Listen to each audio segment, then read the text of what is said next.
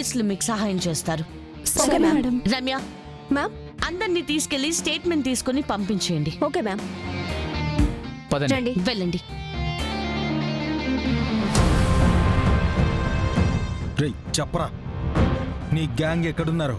ఎక్కడి నుంచి నీకు సరుకొస్తుంది? చెప్పు చెప్పరా, చెప్పు చెప్పు. చెప్తాను సార్, చెప్తాను చెప్పు సార్. చెప్పు. అది అది లేదు ఇది లేదు, చెప్పరా.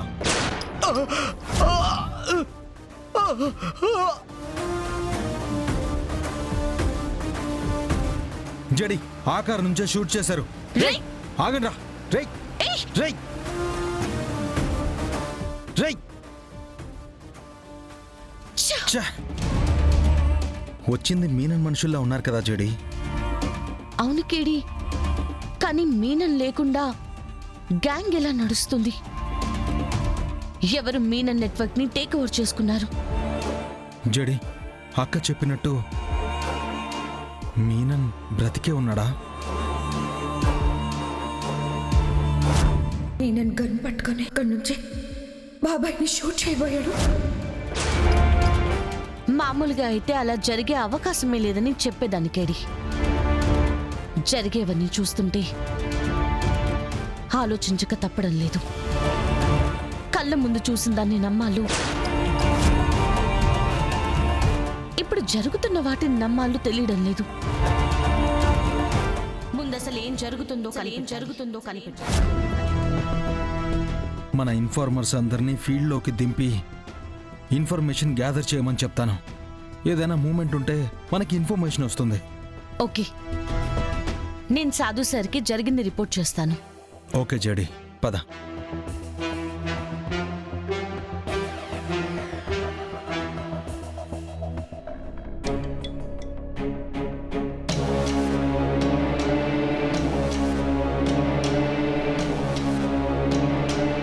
ఇంట్లో ఏం చేసినా జగదాత్రి మీద గెలవలేకపోతున్నాం. ఆఫీస్లోనేమో వదిన మీద గెలవలేకపోతున్నాం అత్తయ్య. ఏందోలే అమ్మీ, ఈ మధ్య మన టైమే బాగోలేదు. ఏం చేసినా తిప్పికొట్టి మన నెత్తికే చుట్టుకుంటా ఉండాది. పేరుకేమో కోటీశ్వరులు, చేతిలో 1,00,000 కూడా ఉండదు. హా, ఎందుకులే అమ్మీ, మానిపోతున్న పుండు మీద కారం జల్లుతా ఉండవు. పెళ్లి జరిగితే అబ్బోడు జాతకం మారుతుందని ఒక అయ్యారు కూడా చెప్పుండాడు. తలరాత మారాలంటే ముందు మనిషి మారాలి. వదిన ముందు ఇంకా భయపడుతూ తల ఊపుతూ కూర్చుంటే అలానే చూస్తూ ఉండటం తప్ప ఇంకేం చేయలేవు. అబ్బోడు కుదిరినంత చేస్తానే ఉండాడు కదమ్మీ. అయినా కూడా నువ్వు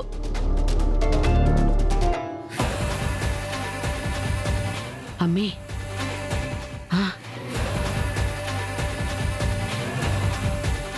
వదిన అంత పెద్ద బ్యాగ్లో ఏం తీసుకొస్తున్నట్టు? ఏమో అమ్మీ, చూద్దాంపా. అయ్యో వదినా, అంతే హెవీ బ్యాగ్ మీరు ఒక్కరు తీసుకొస్తున్నారు? పిలిస్తే నేను వచ్చేదాన్ని కదా. ఏందమ్మే పెద్ద బ్యాగ్ తెచ్చినట్టుండావు? పిన్ని,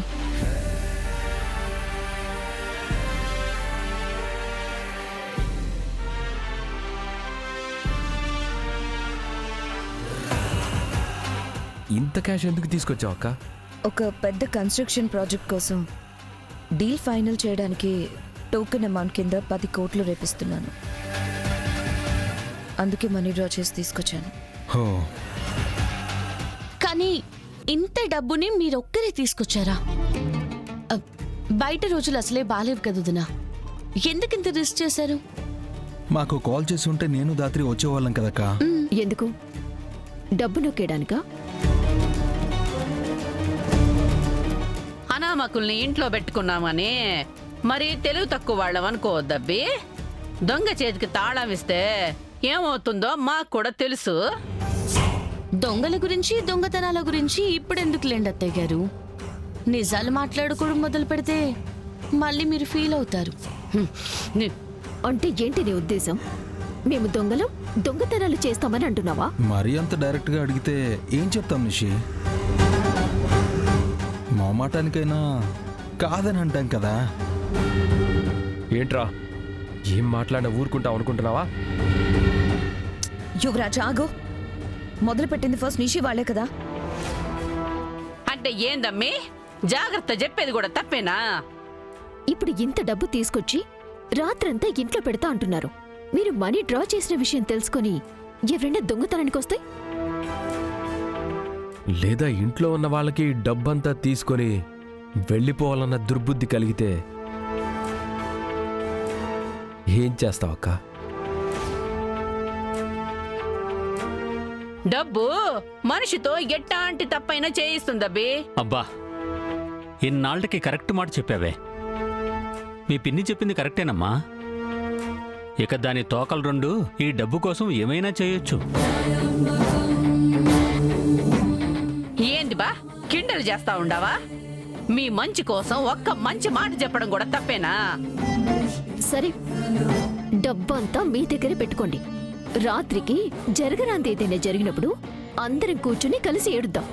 అదే పదండి. అమ్మి నిషి ఆగమ్మి.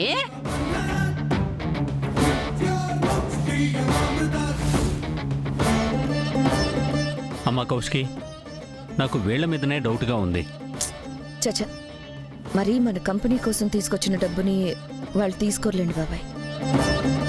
మన కంపెనీకి ఈ ప్రాజెక్ట్ ఎంత ముఖ్యమో యువరాజ్కి తెలుసు. కానీ అలా అని తేలిగ్గా తీసుకోకూడదు దినా. మనీని కబోర్డ్లో జాగ్రత్తగా దాచండి. ఆ కీస్ని వేరే ప్లేస్లో పెట్టండి. సరే, ఏమీ జరగదు, మీరేం టెన్షన్ పడకండి.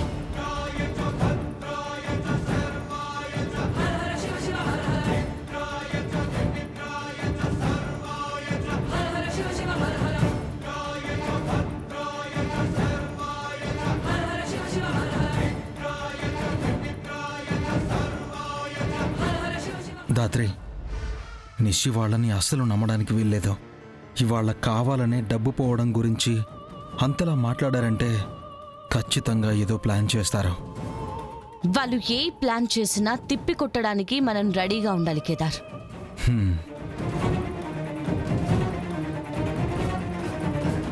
ఏందమ్మి నిషి, ఆ కౌశికి ఆ డబ్బుని యాడ పెడతాందో చూద్దాం అనుకుంటే ఇట్ట తీసుకుని వచ్చేసుండవేంది?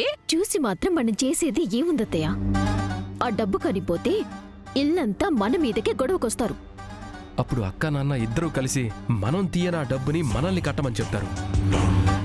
లేదంటే ఆ డబ్బు సంపాదించే వరకు ఆఫీసులో పనిచేయమన్నా ఆశ్చర్యపోనక్కర్లేదు. అంటే ఏంది ఇప్పుడు? మనం ఆ డబ్బు కొట్టేయడం లేదా? 25 లక్షలకి ఆ మొగుడు పిల్లలు రాత్రంతా కాపలా కాశారు. అలాంటిది 10 కోట్లు. మన నీడ కూడా ఆ డబ్బు మీద పడనివ్వరు. కష్టపడి మనం ఇరుక్కొని తిట్లు తింటాం తప్ప ఉపయోగమే లేదమ్మా. వదిలే, ఇంకోసారి చూసుకుందాం.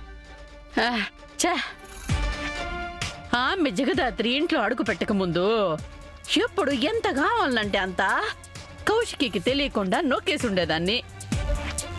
ఆమె వచ్చినాక బొత్తిగా చేతులు ఖాళీ అయిపోయి ఉండాయి. అంతా మన కర్మ. సర్లే, తినిక పడుకోండి.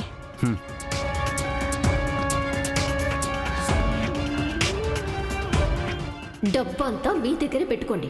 రాత్రికి జరగరాంది ఏదైనా జరిగినప్పుడు అందరం కూర్చుని కలిసి ఏడుద్దాం.